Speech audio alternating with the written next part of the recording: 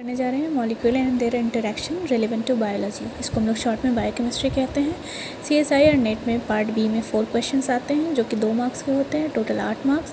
And part C में 6 questions आते हैं जो कि टोटल हो गए 24 मार्क्स। अब हम लोग शुरू करने जा रहे हैं first topic, atoms and bond. Atoms जो होते हैं वो स्मॉलेस्ट पार्टिकल होते हैं और इसके जो होते हैं वो basic repetitive unit of element होते हैं। ये अभी तक हम लोगों को 118 एलिमेंट्स नोन है एंड नाउ 94 नेचुरली प्रेजेंट। इनमें से 118 में से 94 जो है वो नेचुरली प्रेजेंट है and rest of them produce by nuclear process in laboratory, जिसको हम लोग लेबोरेटरी में भी प्रोड्यूस कर सकते हैं। 25 to 23 elements are present in biological system on the basis of weight। Weight के आधार पर ये एलिमेंट जो है वो सबसे ज़्यादा मॉलिक्यूलर वेट होते हैं O2, फिर कार्बन, फिर hydrogen and so and so for.